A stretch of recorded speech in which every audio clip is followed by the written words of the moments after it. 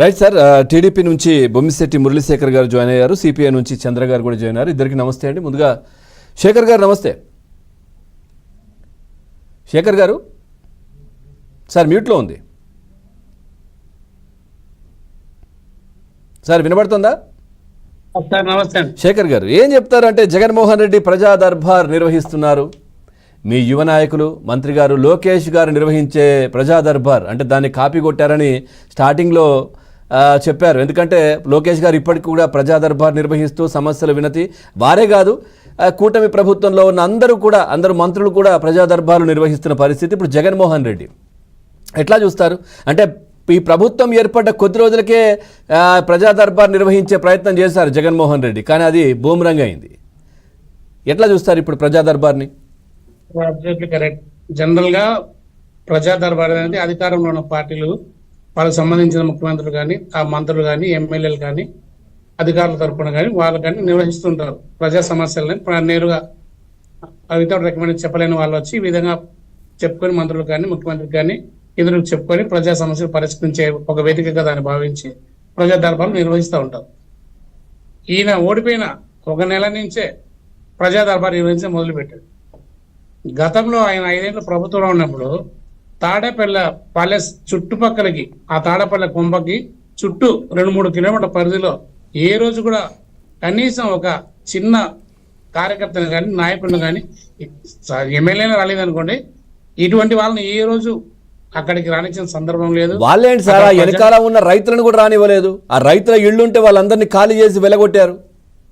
అదే సార్, రైతులు ఆ చుట్టూ వాళ్ళ రోడ్డుకి ఎన్క్రోచ్మెంట్ మరీ దారుణంగా రోడ్డు కూడా బ్లాక్ చేసేసి అక్కడ పబ్లిక్ అందరిని వెళ్ళగొట్టేసి, అదే ఒక హుకుం, నేను ఏది చెప్తే అది జరిగిపోవాలి, నేను ఏది చెప్తే చేయాలి, ఇలా ఒక మూడ్లో ఆయన వెళ్ళిపోయారు.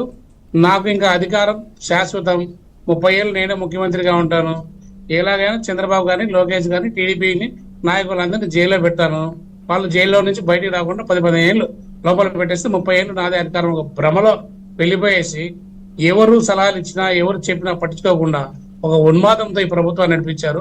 కాబట్టి ఈ రోజు ప్రజలు బుద్ధి చెప్పి 11 సీట్లు ఇచ్చి, మీకు ఎందుకు ఇది జరిగింది ఈ విధంగా అని కనీసం టైం తీసుకొని ఆలోచించుకొని, నేను ఎక్కడ తప్పులు చేశాను, కార్యకర్తలు పట్టించుకోలేదా, అధికార యంత్రం దుర్వినియోగం అయిందా, నా రౌడీయిజం ద్వారా ఈ విధంగా అయిందా, మంత్రులు చేసిన రౌడీయిజం మూలంగా అయిందా, లేదా మంత్రులు అందరూ కలిపి చంద్రబాబు ఫ్యామిలీని, మిగతా ఆడవాళ్ళను ఇట్లా సోషల్ మీడియా ద్వారా తిట్టడం వల్ల అయిందా, ఈ విధంగా నాకు జరిగింది, ఎందుకు ఈ విధంగా జరిగింది అని ఆత్మపరిశీలన చేసుకోవాల్సింది పోయి, తిరిగి మళ్ళీ ఒక నెలకే తగుతున్నామా అంటూ మళ్ళీ ప్రజా దర్బార్ అంటూ ప్రజల్లోకి రావడం చాలా హాస్యాస్పదం.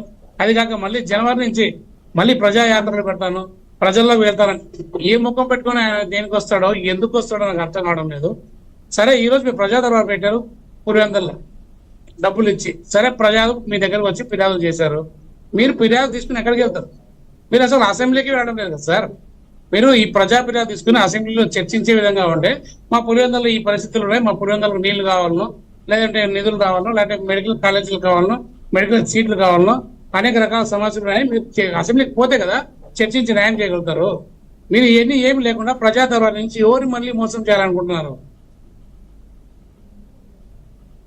రైట్, చంద్ర గారు నమస్తే అండి. సార్ నమస్కారం సార్. సార్ ఏం చెప్తారు, పులివెందుల్లో ఏం జరుగుతుంది?